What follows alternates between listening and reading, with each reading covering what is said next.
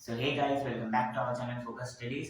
सो आज हम अपना अगला टॉपिक शुरू करने जा रहे हैं हिस्ट्री के चैप्टर 1 का। लगभग अब हम चैप्टर कंप्लीट होने के करीब पहुंच रहे हैं। तो ये हमारा जो टॉपिक है, इसमें हम लास्ट यूनिफिकेशन, एक लास्ट कंट्री के यूनिफिकेशन के बारे में पढ़ेंगे, जो है ब्रिटेन का यूनिफिकेशन। और ये एक इम्पॉर्टेंट टॉपिक है, तो हम इसे उसी ढंग से पढ़ेंगे। इसमें हमें ब्रिटेन के फॉर्मेशन के बारे में पता चलेगा। तो ठीक है, हमारा अगला टॉपिक हम टॉपिक शुरू करते हैं, the strange case of Britain. तो हमारे इस टॉपिक में है कि कैसे ब्रिटेन का फॉर्मेशन हुआ, कैसे अच्छा, आप लोगों को ये पता ही होगा कि ब्रिटेन को मतलब कभी कभी कोई कुछ लोग इंग्लैंड कहते हैं, कुछ लोग ब्रिटेन कहते हैं, कुछ लोग यूनाइटेड किंगडम्स कहते हैं। तो आखिर है क्या, कौन सा वाला सही है? क्या यूनाइटेड किंगडम कहा जाना चाहिए, क्या ब्रिटेन कहा जाना चाहिए, क्या इंग्लैंड कहा जाना चाहिए? तो देखिए, सभी लोग अपनी अपनी जगह पर सही हैं, ठीक है। अब जैसे देखिए, पहले मैं आपको ये बता देता हूँ कि ब्रिटेन का फॉर्मेशन कैसे हुआ। It was formed out of a long process, not by a sudden change or upheaval. मतलब कि ब्रिटेन का जो फॉर्मेशन हुआ था, वो कोई सडन चेंज के चलते नहीं हुआ कि चुटकी बजाया हो गया, या फिर बड़े बड़े वॉर्स लड़े हो गया। ऐसा नहीं था, वो एक लंबा प्रोसेस था जिसमें बहुत ज्यादा टाइम लगा था, और फिर जाकर ब्रिटेन ब्रिटेन बना था, ठीक है। अब 18 सेंचुरी से पहले, जैसा कि मैंने बताया, no existence of Britain nation before 18 century. Sorry, यहाँ पे थोड़ी सी गड़बड़ हो गई। और 18 सेंचुरी के पहले मतलब कि कोई ब्रिटेन नहीं था। अब हम पहले जानते हैं कि ब्रिटेन किसे कहते हैं, यूनाइटेड किंगडम किसे कहते हैं, इंग्लैंड किसे कहते हैं। अब हमें पहले ये सब समझ में आएगा तो हम और अच्छे से बता पाएंगे। किसी और मान लीजिए, ये तो आपकी बुकिश नॉलेज हुई, ठीक है। थोड़ा सा हम इसे भी तो जानेंगे कि कैसे इंग्लैंड ग्रेट ब्रिटेन बना, कैसे यूनाइटेड किंगडम्स बना, पर है क्या उसमें, वो तो हमें मैप के थ्रू पता चलेगा, इसलिए मैप भी हमें समझना चाहिए। तो देखिए, ये जो स्कॉटलैंड वाला पार्ट है ऊपर, ये वाला, ये एक आइलैंड था। इंग्लैंड भी एक आइलैंड था, ठीक है। इस तरह से ये जो पूरा है, ये आइलैंड था। अब क्या हुआ, पहले ये दोनों मिले और एक ग्रेट ब्रिटेन फॉर्म किए, ग्रेट ब्रिटेन, ठीक है। फिर जब इसी में आयरलैंड का कुछ पार्ट आकर मिला, तो वो बनाया यूनाइटेड किंगडम। कौन कौन? इंग्लैंड, स्कॉटलैंड और नॉर्दर्न नॉर्दर्न आयरलैंड। अब हम जानेंगे थोड़ा सा इथनिक कंपटीशन के बारे में। अब पहले, जैसे आपके मन में भी सवाल आया होगा कि ब्रिटेन तो ठीक है, ब्रिटेन में भी मतलब, अच्छा, एक दो सवाल के मैं आपको पहले आपको एक दो सवाल दे देता हूँ, और उनके जवाब जवाब फिर हम इसमें ढूंढेंगे, ठीक है। कभी कभी कुछ लोग ब्रिटेन को ही ब्रिटेन में कह देते हैं कि वहाँ पे इंग्लिश लोग रहते हैं, वहाँ ब्रिटेन की जगह पे इंग्लैंड बोल देते हैं, कुछ लोग यूनाइटेड किंगडम की जगह पे पूरे को इंग्लैंड कह देते हैं। तो देखिए, कुछ हद तक वो भी सही है। अब कैसे सही है उसे हम यहाँ पे पढ़ेंगे। इतनी composition of British Isles, English, Irish, Scot, Welsh. अब देखिए कैसे, ये जो आइल्स है, आइल्स मतलब कि छोटे छोटे आइलैंड्स, क्योंकि सब एक छोटे छोटे आइलैंड में पहले बटा होता है 18 सेंचुरी से पहले। इंग्लैंड एक अलग आइल, इंग्लैंड आइलैंड यानी आइल्स, और स्कॉटलैंड भी एक अलग आइलैंड, नीदरलैंड भी एक अलग। नीदरलैंड तो दो पार्ट में था, नॉर्दर्न सॉरी आयरलैंड तो दो पार्ट में था, नॉर्दर्न आयरलैंड और नीचे सॉर्दर्न आयरलैंड, जिसके बारे में भी हम आगे पढ़ेंगे, ठीक है। तो अलग अलग जगह पे अलग अलग लोग रहते थे, अलग अलग इथनिक कॉम्पोजिशन वाले, अलग अलग इथनिक ग्रुप वाले। स्कॉटलैंड में स्कॉटिश लोग रहते थे। कौन? स्कॉटिश। इंग्लैंड में इंग्लिश, वेल्स में वेल्श, आयरलैंड इरिश इरिश, ठीक है।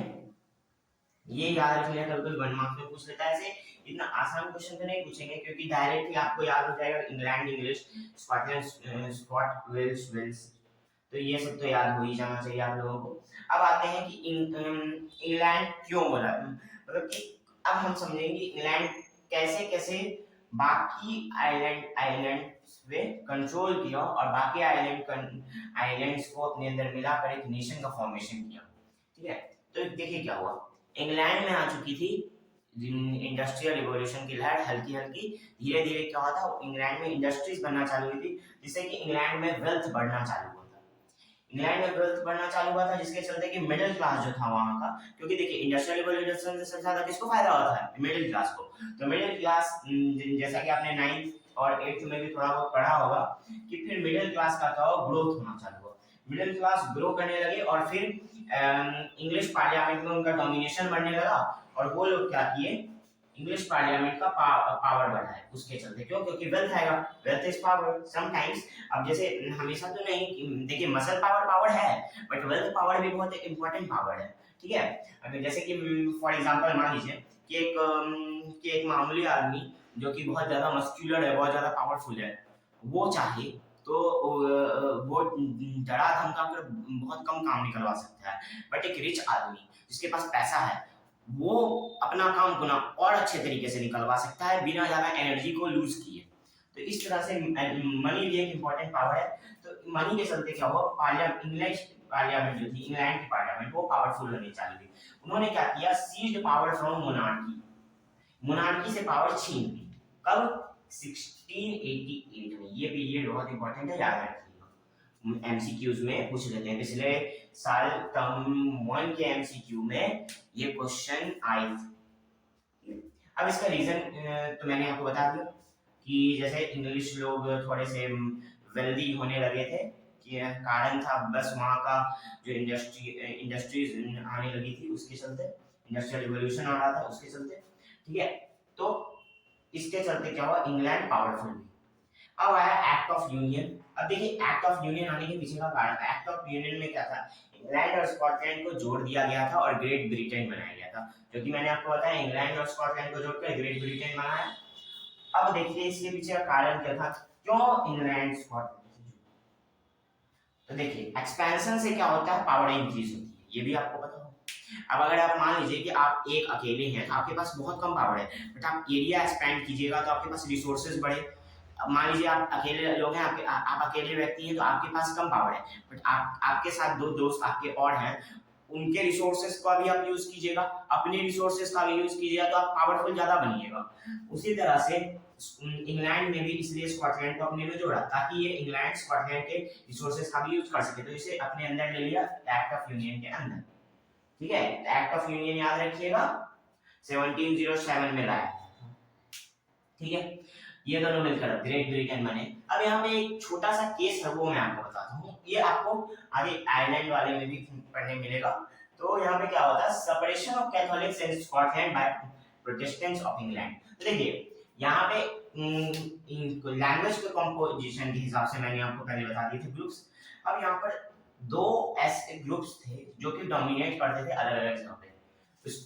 आयरलैंड में कैथोलिक्स लोग बहुत रहते थे, स्कॉटलैंड में भी अच्छे थे, ये तो नॉर्दर्न आयरलैंड है, यहाँ पे कम रहते थे।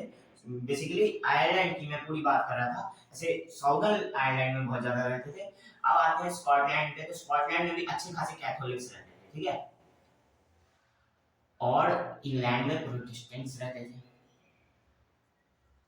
अब क्या हुआ, इंग्लैंड जब स्कॉटलैंड पे राज करना शुरू किया, इन्होंने क्या किया, अपने प्रोटेस्टेंट्स, इनके प्रोटेस्टेंट्स जो थे वो इंग्लिश पार्लियामेंट में थे, उन्होंने क्या किया, प्रोटेस्टेंट्स जब इंग्लिश पार्लियामेंट में होंगे, अब जैसे मान लीजिए पहले तो ये लैंग्वेज वाला और ग्रुप वाला caste basis basis religion basis पे एक रिलीजन दूसरे रिलीजन से बहुत ज्यादा, मतलब क्या बोलते हैं, खफा खफा रहते थे।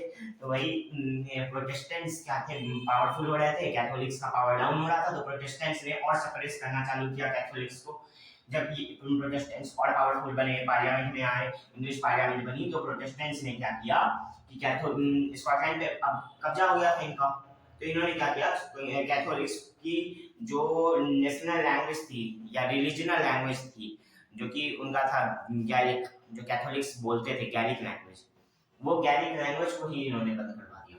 गैलिक लैंग्वेज उन्हें अलाउड नहीं किया, उनका नेशनल ड्रेस भी उन्हें पहनने नहीं देते थे स्कॉटलैंड के कैथोलिक्स का। तो इससे क्या हुआ था कि कैथोलिक्स सप्रेस्ड फील कर रहे थे, ठीक है। तो यहाँ पे ये केस था। अब हम आते हैं केस ऑफ आयरलैंड पे। तो यहाँ पे क्या हुआ, देखिए ये याद रखिए कि कैथोलिक्स यहाँ पर सप्रेस्ड, ठीक है, कैथोलिक सेपरेट थे किससे, प्रोटेस्टेंट्स ऑफ इंग्लैंड से। तो अब देखिए ग्रेट ब्रिटेन को इंग्लैंड को, कभी कभी लोग ग्रेट ब्रिटेन को इंग्लैंड क्यों कहते हैं। अब प्रोटेस्टेंट्स का कब्जा यहाँ था, गैलिक भाषा इनकी बंद करवा दी गई थी, तो यहाँ क्या बोली जाएगी, इंग्लैंड की इंग्लिश। तो इसलिए इंग्लिश कंट्री, इसे भी इंग्लिश कंट्री के अंदर माना जाता है, और इसे भी कभी कभी लोग गलती से ग्रेट ब्रिटेन को इंग्लैंड कहते हैं, क्योंकि मेजर कंट्रोलर तो यही है ना, समझे। अब आते हैं हम अपने अगले केस पे, केस ऑफ आयरलैंड। अब आयरलैंड को कैसे अपने अंदर लिया, तो देखिए पूरे आयरलैंड को ले सकते थे, बट सिर्फ नॉर्दर्न आयरलैंड को लिया, कुछ कारणों को मैं आपको बताऊंगा। तो आगे बढ़ते हैं, case of Ireland. Ireland was divided into Protestants and Catholics. Ireland को क्या हुआ था, डिवीजन हो गया था, प्रोटेस्टेंट्स में, कैथोलिक्स में। नॉर्दर्न आयरलैंड में कैथोलिक्स रहते हैं। आपको मैंने अभी थोड़ी देर पहले ही बताया था, जो मुझे मतलब मैं जब कैथोलिक्स को डिनोट कर रहा था आयरलैंड में, तब कि नॉर्दर्न आयरलैंड में कैथोलिक्स रहते थे, और रिपब्लिक ऑफ आयरलैंड यानी साउदर्न आयरलैंड में ईरिश लोग रहते थे, यानी कि नॉर्दर्न आयरलैंड में हमारे प्रोटेस्टेंट्स रहते थे। हाँ, नॉर्दर्न आयरलैंड में प्रोटेस्टेंट्स रहते थे, कभी कभी हमसे भी गलती हो जाती, और साउदर्न आयरलैंड में कैथोलिक्स रहते थे, ठीक है।